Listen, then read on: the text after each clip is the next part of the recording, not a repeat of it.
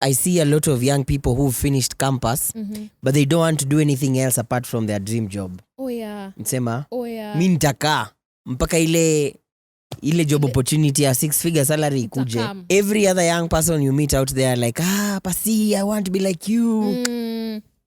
Because we are always drawn to the fruit, but we are never drawn to the work that goes into bringing a fruit.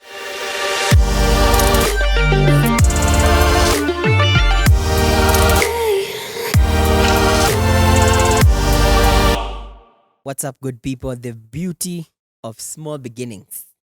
Beauty of small beginnings. I know there are a lot of us huko nje, we are very frustrated because hatujaanza kwenye tuliimagine tutaanzia. If that's you, this is your show. Hatuja make it. Hey, umetoka shule ya utafutwi vile ulifikiria utatafutwa. Papers a million and one. Yes. Wako umefanya short courses. Life ni ngori. Yeah. Karibuni sana. This is Beyond Church Walls podcast. I'm with the amazing Mr. Cole. Our very own captain. Yani urubani ametupeleka the next level. Asante, and this is Mariah. Yeah. By the way, I'm looking forward to when I get married change my name. Oh. Niende huko kunaitwa Wepukulu, huko kunaitwa aje? Kwa registrar ama kuswear affidavit. By the way, kwenyu kwa unataka kwenda kwetu? Wanyonyi. Oh. Maria Wanyonyi. Wepukulu.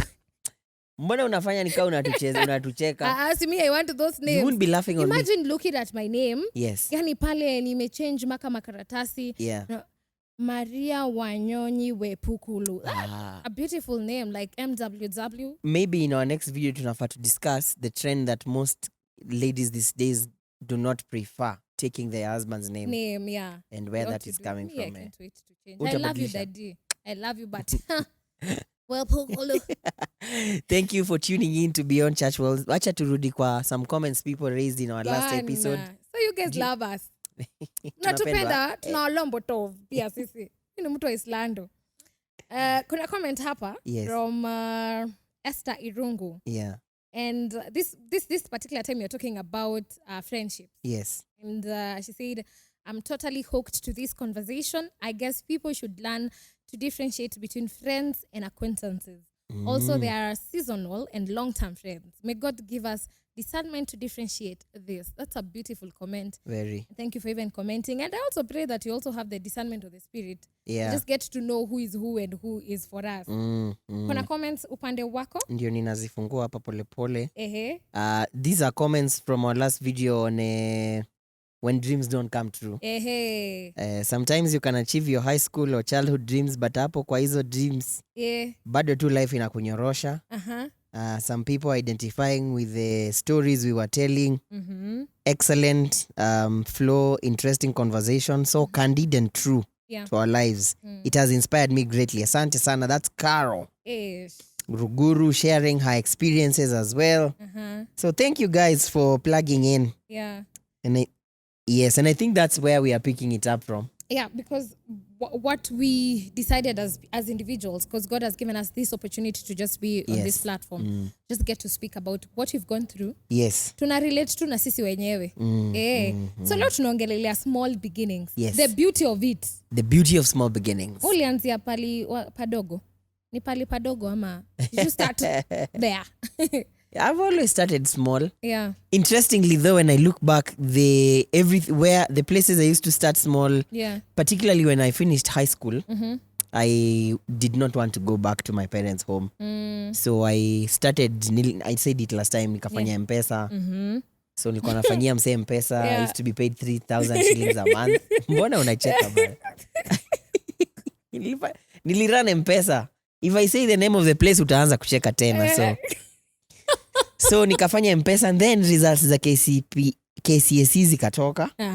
Juu nilikuwa nimepata A. Wadau na wadau dates. You are smart kid. Yes, I got an A. Nikaitwa kufundisha kwa shule nilikuwa. For former school. So I taught. I used to be paid 8,000 a month. What? And then on Saturday during the remedial lessons nilikuwa nalipwa 400 per hour. So kwa mwezi ningepata kitu mzuri. And then there's an organization that I had done some voluntary work. Walikuwa wakienda kutrain wanafunzi, I tag along. It's called Family Impact Africa. the director is my good friend anaitwa Uncle Tom. So I was a volunteer for a while. Yeah. And then the commitment they saw and they gave me a permanent contract, which I would get 5,000 off. So it wasn't where I thought I would begin, especially when I was volunteering. Yeah. But it opened a lot of doors. Even later in life, nitasema hizo huko mbele, a lot of people look at me now and say, ulifikaje CITAM? Ati Valley Road, ulifikaje huko? You see, the thing about life, people only see you when you are on a pedestal, but many people don't see the stairs, where we've the come steps. From when we started. Yes. Na ziko mingi. Story. Number 2. Nimemaliza. Ni wewe. Oh. Do you believe that this beautiful girl here was once a tea girl? Ulikuwa na serve chai? Hey, bro. Kwa ofisi? Na kuosha? Na sasa iwe ni TV host. Hey. You know, for those that do not know why this is a big deal, Mariah here is a TV host. Pale Jumapili. Ulikuwa tea girl? Na nilikuwa nalipo 4,000. Back in Nakuru, by the way, it was nice. What happened is my mom got some finances from a certain institution. Okay. And so kwa zile harakati tunapeleka risiti leo, kesho, kitu kama hiyo. I got to have the opportunity to meet the manager. Akaniambia, na tunatafuta msichana wa kuosha. Ala? Mimi, actually my mom asked me twice. Okay. Uko sure? Unataka kwenda? Kwambia Why did you take it up? Pesa. 4,000 at the time when I was clearing high school was a lot of money. Lot of money. Okay. So I took it up. I used to wear suit skirts and trouser suits. Okay. And I'm going to wash. Nikifika pale na ihang mahali, nachukua apron na va. Interesting. I know so many people get to or can relate with this. Yeah. And 4,000 was a lot of money because nilikuwa namaliza nikilipwa tu hivi. Nilikuwa naingia Gilanis. At the time it was a poshest supermarket in Nakuru. And shop. Unajua unabeba na makaratasi hivi ukienda home. Mama wangu feel very nice. Yes. Yeah, it was. And nita doll up, nita happen to end a church and I would look so pretty. Fast forward in life, kuna time nilifika job katika. I've worked in an M-Pesa, that's why I was laughing. I've worked in an M-Pesa. You feel me. I feel you. Kule Roy. Life ilikuwa imenigonga, brother. Vile kunaendanga. But eventually nikapata to do. Opened a hotel somewhere. Nikajaribu hivi. Msichana wa kazi akaenda na pesa. You go back to square one. But gradually, I think, it's a small beginnings as make me learn. One of the things that I've learned is consistency. I see. That every day you wake up, do it, start. Yani, you don't give up. Yeah. Kila siku ko tu pale tu. Leo unapata do, kesho upati. Kyo ingine unapata hivi upati. Good stuff. So far, so good. Interesting. Let me ask a question. Phase 2, before to phase 2. Your time when you're doing the Tigal errands, the M-Pesa, all those things, was that your dream? Was it or you knew at the back of your mind ulikuwa umejiambia let me start here? Hapana, imagine. Mi ilikuwa 4,000. Hiyo ni pesa mingi. Nitanunua earrings, nitanunua viatu, nitanunua like at the time when I was just 18. Most of my peers hawako na job. Alafu mimi niko na job. Unajua tulikuwa tunakaa home sana before uingie kampo. Si kama saizi unamaliza Januari umeanza kutoka kampo. But time ulikuwa unachapa code mtaani. So getting away from the society as well na hapo mtaani, for me it was, I think I was at the moment nilikuwa present sana kwa hiyo time because nilikuwa napata do, but I never looked at ati one day nita promotiwa ama nitapata ABCD. No, it was just that very moment. I see. Yeah, so maybe sikuwa focused ama interesting. The reason why nauliza hivyo ni because I see a lot of young people who finished campus but they don't want to do anything else apart from their dream job. Nsema mi nitakaa mpaka ile job opportunity ya 6-figure salary ikuje. So unapata mse 1 month, 2, 5, 1 year, 2 years. Someone is just seated there. I can't do anything else. It has to be my dream job. And sometimes me feel ni kama it's wasted. It's wasted time because one of the things that I have learned, part 2 of it, when I left engineering to go to Bible school, I wasn't doing many things at the time. Now my schedule ya shule would not allow me to practice engineering. It would be too much. So I found myself with some time here and there. Nobody was paying me for anything. So I plugged in pale CITAM Thika Town as a volunteer. And I used to go without being called, and I'd go office, find out what can I do. Kukiwa na Martin's camp, we'd go there, just serve. At CITAM Thika, you are volunteering? Yes, I was volunteering. Are you ministry. serious? I'm serious. Can our edit people just put photos of Pastor Precious here? Because this guy could look the part. Utadunga suti. No, I was not staff, no. Oh my, what? As late as last year. I was just volunteering. Oh my God. So, and we weren't being paid for it. Real? I'm serious. But yes, of course, everybody else actually used to believe I'm employed. Cash, yeah. I work, but no, it wasn't. So there was that. Once in a while, my boss would say, "Nda ununulia mama maziwa." You already married, of course. Yes.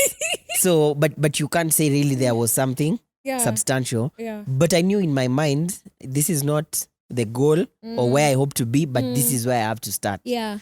Sometimes, with the thing about starting small, life doesn't always pay you through money. Sometimes life pays you through experience. Because there are people who think, I've gone to school for money.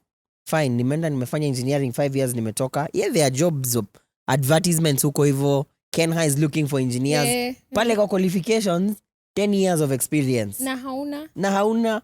Because you spent all those years waiting for the dream job. Yes. So it helped me, for me, why starting small was important is it will teach me things that zitanisaidia later on in life. So yeah, it's always shaky. Let me ask, because you asked me the same thing. Yes. Did you have the hope at that time that whatever I'm doing will propel me to become a pastor or a staff in this particular church? Was that at the back of your mind, or what was the objective of you being there? I needed to do something. Yes, you just didn't want to become idle? I didn't want to be idle. Yeah. But I also knew me being a pastor doesn't have to have me employed. I can still pastor without the job, I can still preach without a salary, for instance. I can do all those things because for me that has always been an area of calling. So is the money important? Absolutely. Major, ni muhimu, lazima to polish up. But now that it is not there yet, we can always begin somewhere. Yes. And for me it was important. I throw myself in so that I know actually I'm in this, not because of what I get, but because of what it means to me, and that actually I'm called. Yeah. So it was easier to take some of those decisions, and to be there. Let me not say it was easy. Because si rahisi. Because at the same time, kiangalia mabeshte zako, they are making boss moves. Bana. Out there. Do you know, kitambo, when I was growing up, I didn't think that you should be paid to preach or be a pastor. I was like, mbona analipwa na ni huduma, ameitwa. Kanisa si yetu ba. Wito, how do you get paid for Wito? Funny enough, I thought you were paid. No. I was not employed. Sasa fast fruit tulete tudishi. Nilete wapi? Kwa podcast. Sikia huyu. Tuchape sherehe na viewers. Si ndio mnataka? Si ndio? I know people want to throw a bash here, so you need to eat the fast fruit. But I'm happy that you kept on keeping on. And now look at you. Uni pastari wa CITAM Balirodi. Now you see, every other young person you meet out there like, Pasi, I want to be like you. Because we are always drawn to the fruit, but we are never drawn to the work that goes into bringing a fruit. Yeah. So a lot of us tuko na watu we admire in careers. When Jeff Koinange comes on the screens, we go wild because we see ourselves. But they were not where they are today when they started. Everybody you admire and mwenye wanatupea pressure sahi, we want to get to their level. They were not there when they started. They started small. When you look back at you starting small, what is one thing you can tell your younger self? One thing I can tell my younger self. I've learned many lessons from starting small. Hata nilikuwa nimeziandika. Okay, Nitazitaja to encourage people that are out there and they are afraid of starting at a business. Sometimes mtu ako na business idea, but you don't see how staki kwa kama motivational speakers wanasemanga nilianza biashara ya kuku na feathers. Yes. That's not the small we are talking about. I started my chicken business with a feather. All right. So that's not the one I'm talking about. It's not the small that I'm referring to, okay? And now they own a whole farm. Now they own a whole farm. So the importance of starting small, number one, it gives you the room to learn from your mistakes. Okay. When you start small. Now if I make a mistake where I am, mutaskia news. Yeah. Well, not that I'm not required to make mistakes, but now I'm finding myself in a space where I'm not expected to. Starting small allows me to learn from my mistakes, from my and it gives you an opportunity that you won't get elsewhere. And that's the beauty of it. You build your muscle as you go. So you have an opportunity to learn from your mistakes. You have an opportunity to build your confidence. You know, achieving your small successes pole pole. Starting by talking to a group of 10 people pale kwa Hopes Camp. And then the next day you're talking to a group of 50 teens in a teen service. And you're building confidence, you're building experience. You're learning from the job that the day you stand before a main service congregation with 2,000 people. You've been through that journey. The day I step in Valley Road and there's 5,000 eyes looking at me on one service. You know, there's a place you've been gradually building up. So it builds your confidence. It also just helps you to be flexible and adapt. You know, flexibility and adaptability. Acha niseme hivyo. That you learn to live within your means. Usijipatie pressure ya kuishi Kitusuru na una kazi. So unaishi wapi Kitusuru na saa hizo hakuna mtu anaishi huko hivyo Lower Kabete wa Ngige. Kini anasema unaishi Lower Kitusuru. Unashuka Kitusuru alafu unapanda nduthi ya 5,000. All right. So you are flexible. You accept yourself penye uko una build pole pole. It's progressive. So and I think even ndo Mungu tupeleka na life. God doesn't take you to a place he has not prepared you. And he prepares you through the steps. You know how to live on 100 bob. True. True. I remember when I was growing up, I used to have the audience of the mirror. The audience of the mirror could allow me to speak. And I could assume a room is full of people. And every morning I could wake up, speak to it, speak to people, you know, tone of variations, you know, how you articulate, how you do things. And so that geared me to even have the confidence to speak in front of people. In front of cameras, yeah. Did I tell you at some point I had low self-esteem? Oh, okay. I did. It was, I couldn't stand in front of people. But gradually ile unajichocha kabisa. And so even coming to TV for me was something that I was fond of. I know TV has a different script. It you know, you're told camera actions, lights, camera action, and you go.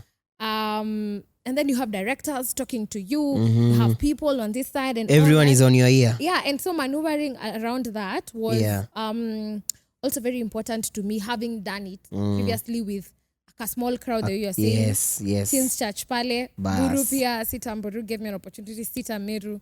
And many CITAMs actually.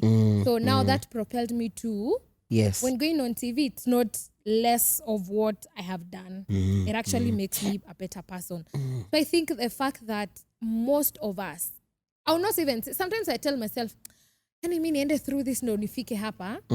But when you're encouraging ourselves to just tell ourselves, just begin from there. Yes. Because me, I've done finance. I've not done TV. But then again, my personality and character makes me look good on TV. Yes. So there are things that you ought to do for you to get there. It's not like the Jonah situation. Lazima umezwe na samaki ndo ufike mahali unahitaji. But I think at the space that we are in, we ought to take the small things that will sum up to the big thing that you actually want. Yes. Very important. Actually, I was just taking a verse in Zechariah chapter 4 verse 10 that says, do not despise small beginnings, for the Lord rejoices to see the work begin. You know, to just see, this of course was in reference to Zerubbabel wakijenga temple. But in essence, what God is simply saying, it matters to me that you have started. Have you heard the small Pastor beginning. Pressure saying essence? Hey, leo kizungu. Sina kwanga Eastern, kwani ni nini? Ni essence. Captain. Essence ni wanamuziki. Sawa president. But really, small beginnings count. God says don't despise. Mimi niko na best yangu fulani alianza, he had an idea ya kufanya branding ya manguo. And I remember him coming to my house with one shirt. Shati moja yenye alikuwa tu ameprint. Akasema wadau biashara ndio hii. Operating cost ni less than 500. Akaiweka hapo, and I will never forget reading this verse. Tulikuwa mimi, wife, the guy and his wife. Tukanil tu hapo around hiyo shati, tukaomba. Tukasema, Lord, small beginnings will not despise. Let me tell you, as I talk to you now, that thing went and it started even actually, he started getting requests from Somalia. Mtu anamtumia quotation ya manguo za 100k. Yes. For real? I have videos of us tumevaa hizo mashati tukiadvertise pale Facebook. Guys, buy our products. And it looked really like sasa hizi ni gani. But did God you believe in him faithful. first of all? Because I did. We have a lot to do with our people, our circles. I did. Because mtu anaweza kuja kuambie, ubai hii top, ndo nipate pesa ya stock ya next week. Where ununui? Si leo. Si leo paka lini. Anyway. Did you believe in him? Did you believe in his dream? I did. He's my brother, he's my friend.